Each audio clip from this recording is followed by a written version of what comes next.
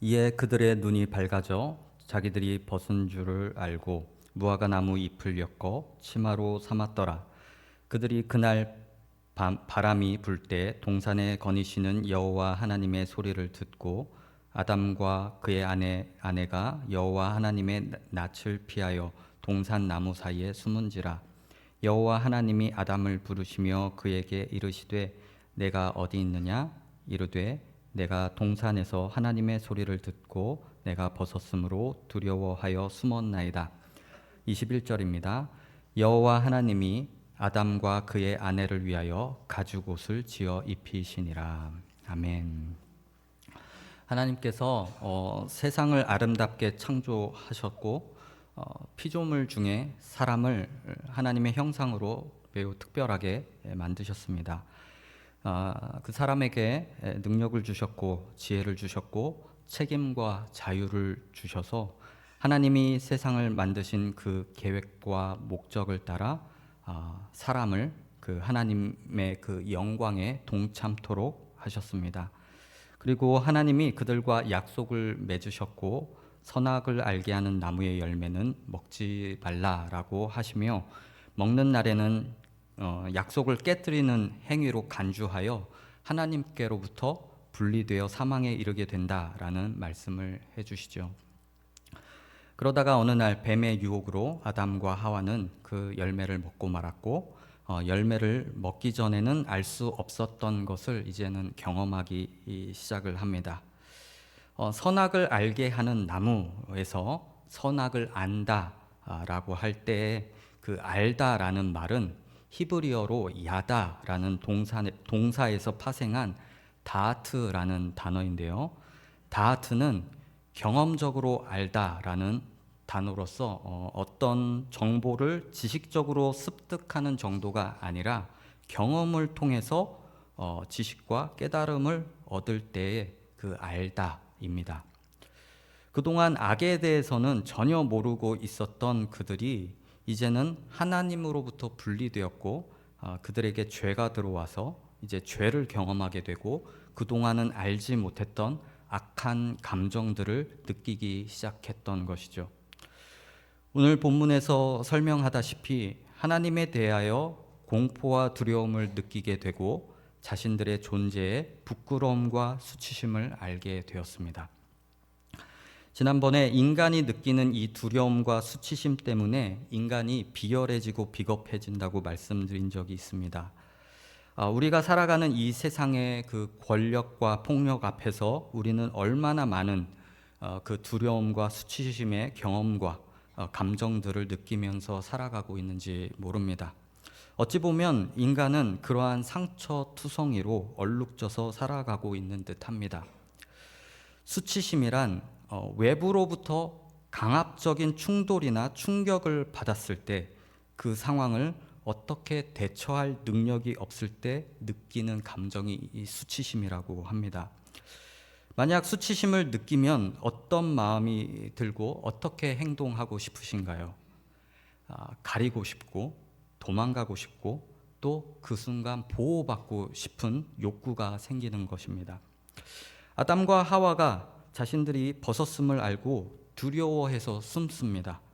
그들에게 주신 하나님의 형상에 손상이 가게 되었고 마치 그들의 모습은 마치 하나님의 영광이 그들에게서 벗겨지고 사망 권세 앞에 자신들이 벌거벗은 채로 사망에게 팔려간 듯한 모습을 보입니다.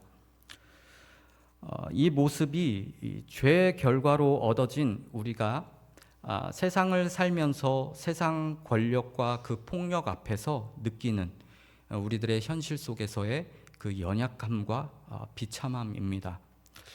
그런데 하나님이 그런 그들에게 가죽옷을 지어 입히십니다. 여기서 가죽옷이란 어떤 동물을 희생시켜 만든 가죽옷일 것입니다. 하나님이 그들의 두려움과 수치심을 덮어주시려고 그들이 죄를 짓자마자 시작부터 죽음이라는 희생을 치르게 하십니다. 이 가죽옷은 인간의 허물을 일시적으로 가리는 역할을 했지만 하나님은 죄의 결과로 얻어진 인간의 이 모든 죄악들을 그 아들에게 담당시켜서 그들의 허물을 일시적인 가리움이 아니라 영원한 새 옷을 입혀주시기로 하신 것이죠. 그 새 옷을 입히시려고 하나님께서 그 아들을 희생시키십니다. 그리하여 예수께서 십자가에 달리시는데 십자가 앞에서 이 잔을 내게서 지나가게 하옵소서라고 구하시면서 두려움을 느끼셨고요. 수많은 무리 앞에서 뺨을 맞고 침뱉음을 당하고 매를 맞으며 벌거벗겨진 채로 십자가에 높이 달리십니다. 하나님의 아들이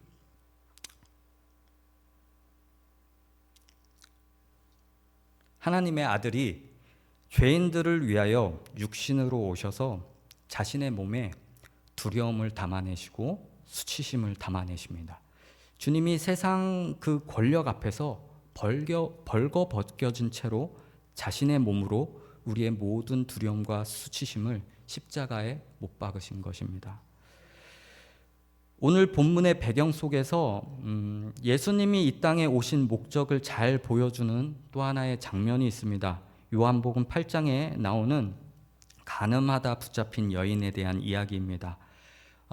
그 바리새인과 서기관들, 종교 지도자들이 간음하다 붙잡힌 그 여인을 데리고 옵니다. 데리고 와서 모세 율법에는 이러한 자를 돌로 치라고 명하였는데 선생님은 어떻게 하시겠습니까? 라고 묻습니다. 그러자 예수님께서 대답은 안 하시고 땅에 무엇인가를 쓰시죠. 쓰시고는 일어나셔서 이렇게 말씀하시죠. 죄 없는 자가 돌로 치라. 그리고 그들을 쳐다보시지 않으시고 다시 굽혀 땅에 다시 무엇인가를 쓰십니다. 여기서 우리가 또 하나 관심을 갖게 되는 것은 땅에 과연 무엇을 쓰셨을까 하며 온갖 상상을 해보지만 죄 없는 자가 돌로 치라라고 해서 그 말씀을 듣고 어른부터 젊은이까지 그 자리를 떠나게 되는데 그 이유는 주님의 말씀에 양심의 가책을 느꼈다라고 말씀을 합니다. 그 말씀을 듣고 그 양심의 가책을 느껴 그 자리를 떠나게 된 것이죠. 땅에 쓰신 것은 어떠한 영향력이 있었던 내용은 아니었던 것 같습니다. 주님과 그 여인만 그 자리에 남아 있습니다. 주님이 여인에게 말씀을 하십니다. 가서 다시는 죄를 짓지 마라 하시면서 그 여인의 그 허물을 덮어주십니다. 이 여인처럼 우리도 비슷합니다. 우리는 꺾여버려도 이상하지 않을 상한 갈대와도 같고 꺼트려버려도 이상하지 않을 꺼져가는 등불과 같은 존재인데 하나님이 그런 우리에게 긍휼을 베푸셔서 상한 갈대를 꺾지 않으시고 꺼져가는 등불을 끄지 않으셨다라는 것입니다. 이 말씀을 보면은 예수님의 십자가도 그렇고 더 큰 존재가 더 큰 실력과 더 큰 능력으로 버림받아 마땅하고 버림받아도 이상하지 않는 그 죄인들의 허물을 용납하시고 덮어주셨다는 사실입니다. 우리의 인생 그리고 우리의 신앙생활 속에서도 참 많은 실수를 범합니다. 우리는 참 허물이 많은 존재인데 그러한 우리의 정황 속에서 용납을 받고 용서를 받고 감싸 안음을 받는 경우가 있습니다. 그때가 언제냐면 진정한 어른을 만났을 때입니다. 어른이란 나이가 든다고 저절로 어른이 되는 건 아닌 것 같습니다. 어른이라 함은 넓고 깊고 넉넉함이 있는 사람이 어른의 역할을 하게 되는 것이죠. 반대로 어린이는 순수함은 있는 것 같지만 어리석고 철이 없죠. 어리석다 해서 어린이라고 합니다. 경험과 지혜가 없어서 부모가 눈치채고 다 알고 있는 상황에서도 어른들을 속였다라고 착각을 하곤 하죠. 합신교단의 표어 또한 이 바른 신학, 바른 교회, 바른 생활인데요. 우리는 아이들에게 바르게 커라, 예의를 갖추어라, 바른 신앙을 가져라 하며 바른을 강조하곤 합니다. 물론 바른이라는 것은 좋은 방향이고 우리가 마땅히 나아가야 할 방향이 맞습니다. 하지만 바른을 강조하는 것 자체가 그 바른 자체가 우리를 더 크게 하지 못한다는 것입니다. 잘 생각을 해보십시오. 성장을 하고 성숙을 해야 바른 모습이 나오는 법이지, 어리고 어리석고 성숙하지 못한 데에서는 바른 모습이 나올 수가 없는 것입니다. 마치 율법과 은혜의 관계와도 같습니다. 율법이 가르쳐 주는 것은 우리의 못난 상태를 알게 해줄 뿐이죠. 율법이 우리를 더 거룩하게 하지는 못했습니다. 우리를 키운 것은 하나님의 은혜이죠. 우리가 클 수 있는 기회를 주시고 그 시간을 주시고 그 자리를 하나님의 은혜로 주셨다라는 사실입니다. 그래서 우리에게는 바른보다는 더 중요한 것이 있습니다. 바른보다 더 중요한 것은 어른이 되는 것입니다. 그럼 어른이 된다는 것은 어떤 것일까요? 방금 전 말씀드렸다시피 나이가 들어서 되는 게 아니라 넓고 깊고 넉넉함이 있고 자신에게 주어진 일들의 책임을 다할 줄 아는 사람이 어른입니다. 사람이 진정한 어른이 되려면 자신의 그 어리석음과 철없음과 실수들을 더 큰 어른에게 이해받고 용납받고 용서받아 본 사람이 어른스러워진다고 합니다. 어른이 되려면 더 큰 어른을 만나야 된다는 것이죠. 올해 연초에 남포교회 원로 목사님이신 박영선 목사님께서 우리 교회에 몇 차례 오셔서 설교를 해주셨습니다. 3월 12일 날 주일날 역사적 신앙관이라는 제목으로 그 에베소서 본문을 가지고 일부 예배 때 말씀을 전해주셨는데요. 그때 전해주셨던 이야기 일부분을 제가 녹취해 왔습니다. 제가 읽어드릴 테니까 여기에 지금 신혜건 목사가 아닌 박영선 목사가 서 있다 생각하시고 한번 들어보시기를 바랍니다.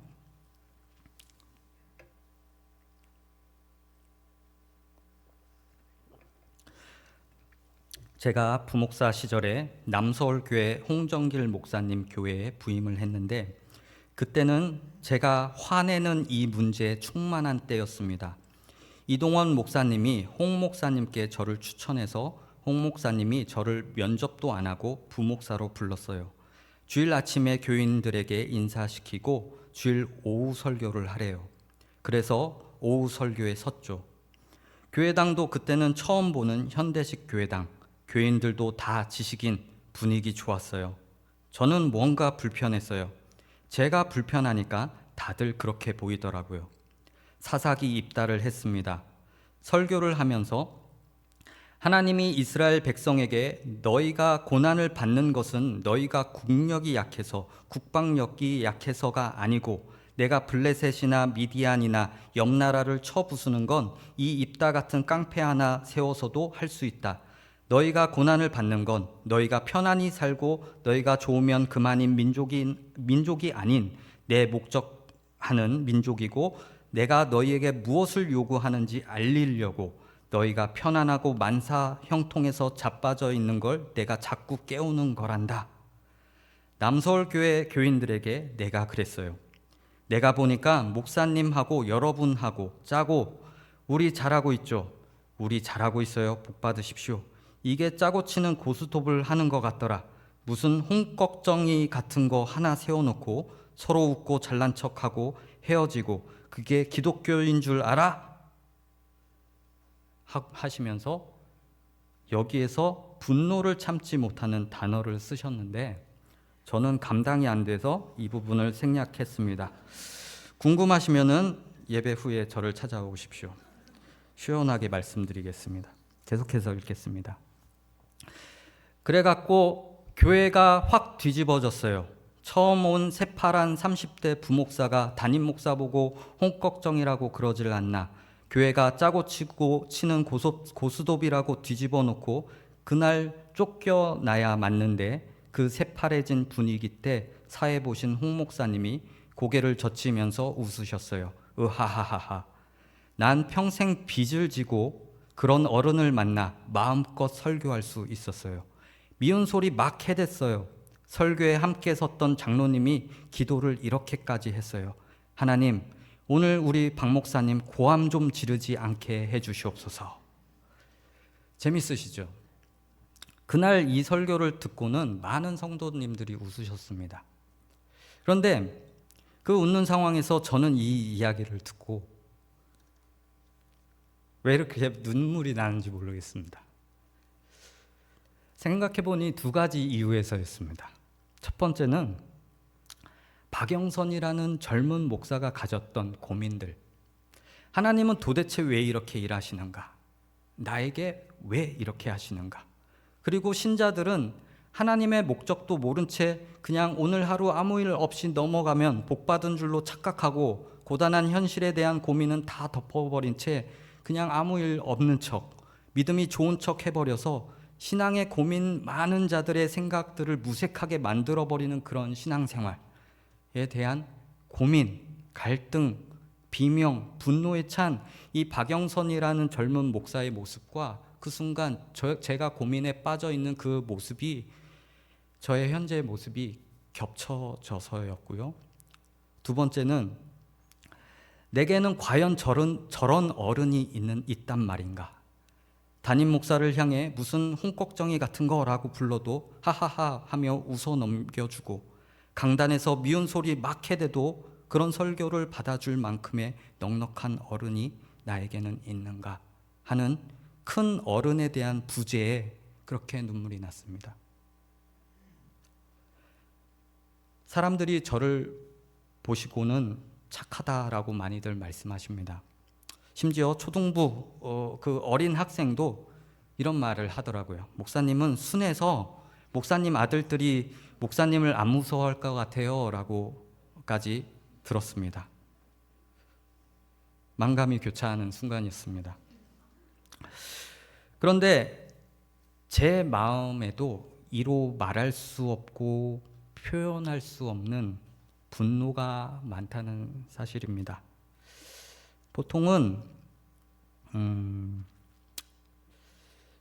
목회자 자녀들이 교회에서 받는 상처들이 있죠. 여러분들이 다 잘 아실 것입니다. 그런데 저는 목회자의 자녀가 아님에도 불구하고 관리 집사님의 한 자녀로서 비슷한 상처와 분노가 저에게 있습니다. 저희 아버지가 여기 계셔서 좀 그렇지만 이해해 주시기를 바랍니다. 저희 아버지가 이전 교회에서와 또 이곳 송파제일 교회에 오셔서 관리 집사직을 감당하신 세월이 20년이 넘어갔습니다. 아마 목회자 자녀들도 그럴 텐데 아버지께서 교회의 일들을 섬기실 때 교회 직원에게 은혜로 감당하는 직책이라는 명분하에 희생과 헌신을 요구할 때가 많이 보게 되었습니다. 그런데 이런 인식이 너무나 당연한 것들로 여겨져서 참 그 마음이 많이 속상할 때가 많았다는 것이죠. 정말 말도 안 되는 요구도 들어본 적이 있습니다. 교회가 교회 직원에게 정의와 공의를 실행하지 못하고 때로는 무례하기까지 하는 일들을 보면서 이건 아니지 않는가 하는 저에게는 소리내지 못할 상처와 분노가 제 마음속에 있습니다. 더욱이 괴로운 것은 제가 그 교회를 섬겨야 하는 목사가 되었다는 사실입니다. 제가 관리 집사님의 아들이어서 여러분들은 인식하지 못하고 여러분들 시선에선 보지 못하고 알지 못하는 어떤 부분들에 대해서 저는 보았고 느끼고 경험을 했기 때문에 교회가 이런 식으로 하는 건 아니지 않는가 하는 그런 부분에 대하여 저도 미운 소리와 쓴소리를 하고 싶을 때가 있다는 것입니다. 그래서 말씀 준비하면서 참 많은 고민을 하게 되고 기도하게 될 때가 있습니다. 하나님, 이 얘기를 꺼낼까요, 말까요? 오늘 이 말씀을 드리는 것도 참 많은 고민 속에서 어렵게 꺼내듭니다. 여러분들에게 섣불리 쓴소리했다가 여러분들에게 미움을 받게 될까봐 두려워서 그런 게 아니라 저 자신에게도 그렇고 여러분들에게도 덕이 되지 못할까봐 얘기를 안 하게 됩니다. 이러한 저러한 말들로 오히려 하나님의 말씀을 가리우게 될까봐 고민을 하게 됩니다. 방금 말씀드렸던 박영선 목사님, 우리 어른들 시대에 한국교회가 낳은 귀한 목회자이시죠. 박영선 목사님의 별명이 무엇인지 아십니까? 목회자들의 목회자입니다. 목사들의 목사.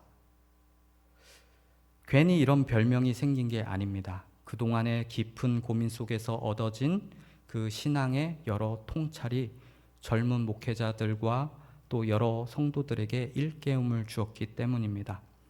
박 목사님이 그렇게 목회자들의 목회자라는 신앙의 안목과 실력을 갖출 수 있었던 이유는 그 젊었던 시절의 깊은 고민과 갈등과 그 분노에 대해서 충분히 이해해주고 용납해준 진정한 어른이 있었기 때문이라는 것이죠. 본인의 어떤 철없음과 실수를 더 큰 어른에게 이해받고 용납받아 이 시대의 교회들의 큰 어른이 된 겁니다. 큰 어른을 통해 큰 어른이 되신 것이죠. 부모님이 손자 손녀에게 하는 걸 보면 이런 생각 많이 드실 겁니다. 나한테는 안 하셨던 모습인데, 그렇죠? 내가 자랄 때는 보지 못한 모습을 부모님에게서 보게 됩니다. 손주들에게 더 많은 용납을 해주시죠.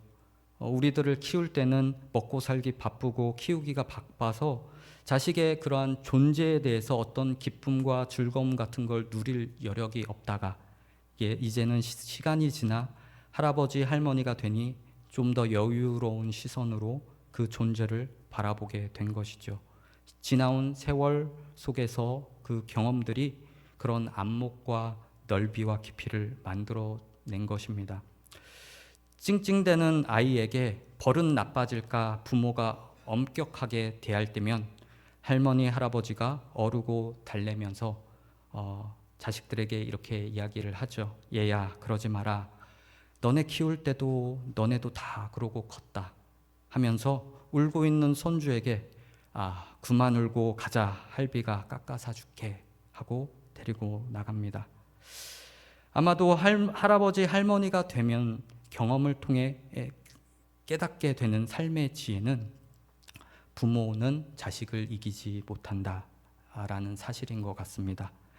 말로 해서도 안 되고 그저 기다려줄 수밖에 없고 또 자식을 보내줄 수밖에 없다는 자식을 기르면서 그런 경험을 하고 그저 부모는 자식에게 그늘이 되어주어야 하고 보이지 않는 곳에서 기도해줘야 한다라는 걸 깨달아 넉넉한 어른이 된 것이죠. 이제 지금의 시간에 와서 보면 교회 안에도 젊은 세대, 어린이 세대보다 어르신들이 더 많아지고 있는 것 같습니다. 아무리 유명한 교회라도 지금의 어른들 세대가 지나면 그 교회들의 유명함도 유명무실해질 것입니다. 젊은 세대들이 과거를 바라보더라도 자신들의 현재의 문화와 가치관 속에서 바라볼 뿐 지금 현재 갖고 있는 어른들이 가지고 있는 그 마음으로 그 시선으로 교회를 바라보기에는 충분하지 못할 것입니다. 그만큼 세월이 흘러가고 있다라는 증거입니다. 그동안 교회가 순교 시대를 지나왔고 부흥 시대를 지나 이제는 그 다음을 가야 하는데 그 다음은 과연 무슨 시대일까요? 어르신들이 많아지고 있는데 어르신 시대일까요? 교회는 경건한 어른의 시대로 가야 합니다. 여기서 경건함이란 우리가 일반적으로 생각하는 그런 예배를 지키고 기도를 하는 수준에서의 경건함이 아니라 신앙의 열매들이 우리 삶에 담겨져 우리의 실력으로 묻어 나오기까지 하는 경건함입니다. 송파제일교회를 가봤더니 송파제일교회는 정말 어른이 많은 교회야. 그곳은 용서가 있고 용납이 있고 자비가 있어. 신혜건 목사가 쓴소리하고 미운 소리 해도 성도분들이 그렇게 아멘을 외쳐. 겸손하고 겸허하고 어른이라고 해서 연소한 자에게 무례하지 않아 라고 말이죠. 제가 초등학생 때 인사를 그렇게 해도 인사를 제대로 받지 않는 어른 한 분이 교회에 계셨습니다. 직분도 있으시고 새벽 기도도 열심히 나오시는 분이었는데 이상하게도 제 인사를 받지 않고 휙 지나가 버리는 일들이 부지기수였습니다. 제가 그 어린 나이에 인사를 안 받는 그 어른 앞에서 어떤 마음이 들었는 줄 아십니까? 여러분들이 만약 어떤 사람에게 인사를 했는데 그 상대방이 인사를 안 받으시면은 어떤 기분 드십니까? 단순히 기분 나쁜 정도가 아니라 내 존재가 완전히 무시당해 버리는 그 수치감을 느끼게 되실 겁니다. 그 어린 나이에 수치감을 계속해서 느꼈습니다. 그런데 제가 그 어린 나이에 그 어른의 행동을 보면서 상당히 깊은 고민에 빠져 있었습니다. 저 어른에게 내가 인사를 해야 할 것인가 말아야 할 것인가. 제가 어떻게 했을 것 같습니까? 그 어린 나이에 무슨 마음이 들어서 있는지 그래도 인사하자. 왜냐? 그래도 나보다 나이 많은 어른이니까 인사하는 게 맞지 하는 생각을 하고 계속해서 인사를 하게 되었습니다. 어찌 보면 그 어린 아이가 오히려 그 어른을 품었던 것이 아니었을까 하는 생각이 듭니다. 제가 그 초등학생 때부터 20대 중반에 중국으로 가게 되면서 그 교회를 떠날 때까지 약 15년 동안 저 나름 그분을 보면 일부러 인사를 꼬박꼬박 했습니다. 물론 그분도 인사를 받을 때도 있었지만 그분의 전체적인 태도는 그렇게 크게 달라지진 않으셨습니다. 고린도전서 13장에 사랑은 무례히 행하지 않는다라고 하지 않습니까? 어른이라고 연소한 자에게 무례하게 행하는 건 어른답지 못한 행동이라는 것입니다. 송파제일교회 성도 여러분, 우리 어린 아이들 또 우리 젊은 청년들을 보면은 어른들이 먼저 와서 인사해 주시면 좋을 것 같습니다. 등 토닥여주고 때로는 용돈도 좀 쥐어주시고 교회 열심히 다녀라, 신앙생활 열심히 하고 있구나 하는 그런 칭찬들을 우리 어른들께서 해주시면 좋을 것 같습니다. 그러면 우리 교회 어린 아이들이, 젊은 청년들이 그 어른의 모습을 보고 더 큰 어른이 되지 않겠습니까? 젊은 세대가 송파제일교회를 바라보고 또 저와 여러분들을 바라볼 때 나도 저렇게 신앙생활하면서 나도 저렇게 나이 들고 싶어. 나도 저런 어른이 되고 싶어. 저기엔 멋진 어른들이 참 많아. 할 수 있는 그런 교회가 되었으면 좋겠습니다. 물론 품어주고 용납하고 용서하고 이해하고 애쓰다 보면요, 힘들고 고통스러울 때도 있기 마련이죠.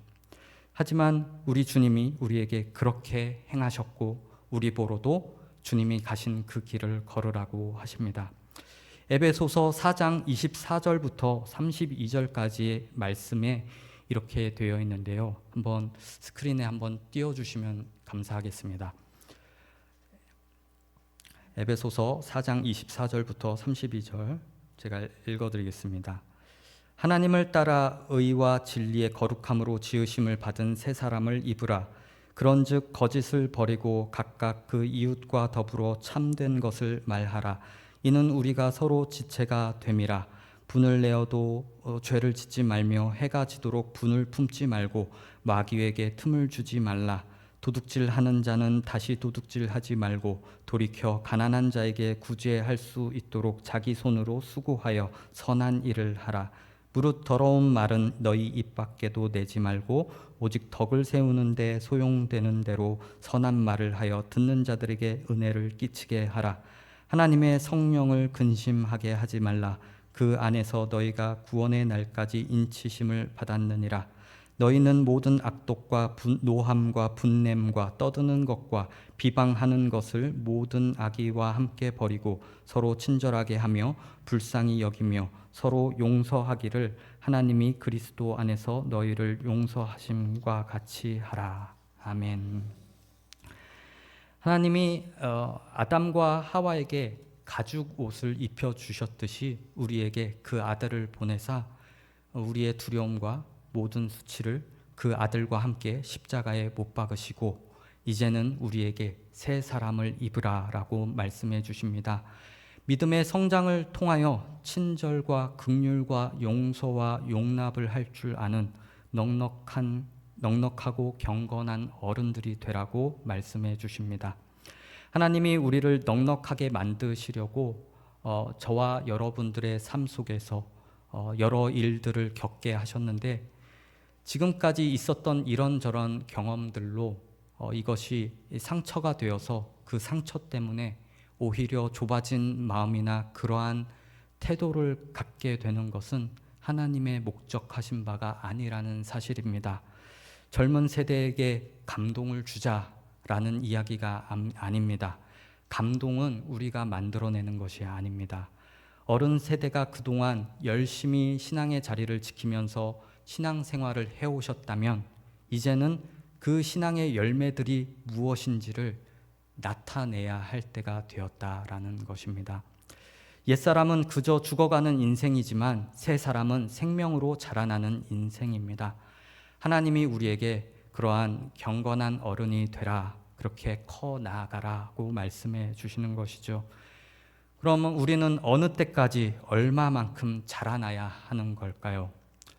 성경은 우리에게 신의 성품에 참여된 자라고 이야기하고 있고 그리스도의 장성한 분량까지 이르기를 요구하고 있습니다.